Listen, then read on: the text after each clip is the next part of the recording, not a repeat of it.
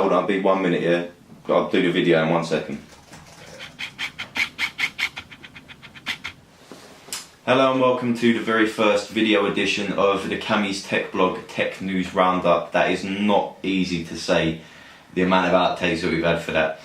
Okay, so for those of you who know me already, you'll know that I do a tech news roundup on my SoundCloud account, which is Cammy's Tech Blog. If you search that, you'll be guaranteed to find that. You have to download a nice few podcasts for your lunch break, little 10-minute size podcast full of tech news for you. So on to the very first edition of the tech news roundup online. We are starting with Blackphone. Blackphone is not the world's first race-specific smartphone, but instead the world's most secure smartphone. So things like Wi-Fi networks are going to be secure on this phone.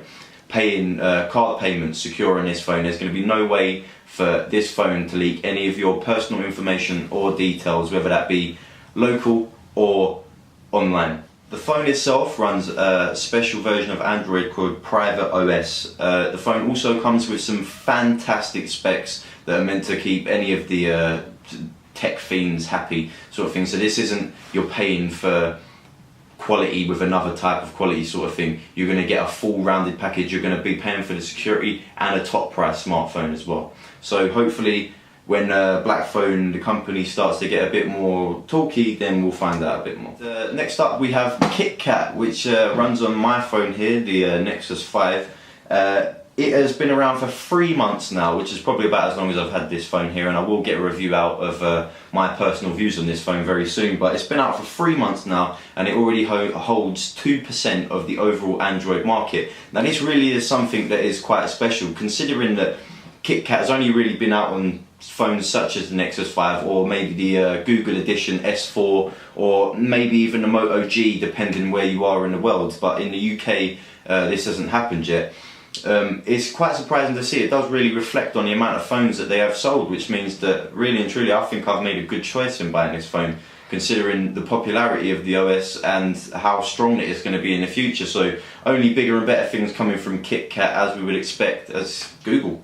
And finally, never let it be said that Apple isn't original, even though they just seem to be rehashing the same sort of technology out over and over again, and none more so than in this story here, where Apple are said to have built 60,000 models to be sent to India, Pakistan and Brazil of the iPhone 4. Yes, the iPhone 4. 4 iPhones ago.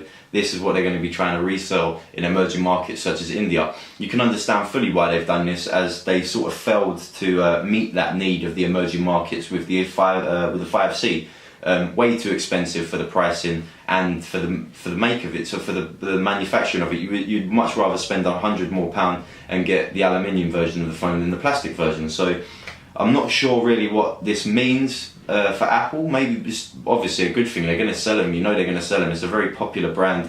So yeah, I'll keep you up to date on that. Okay, so that brings an end to the very first Cammy's Tech Blog Tech News Roundup video edition. And if you want to get at me with any future tech blogs video editions, then make sure you get at me on Twitter at Cammy's Tech Blog, on the email at Cammy's Tech Blog @gmail.com, or on SoundCloud at Cammy's Tech Blog. Search me, I'm there. Make sure you come back to me next week. Thank you, people.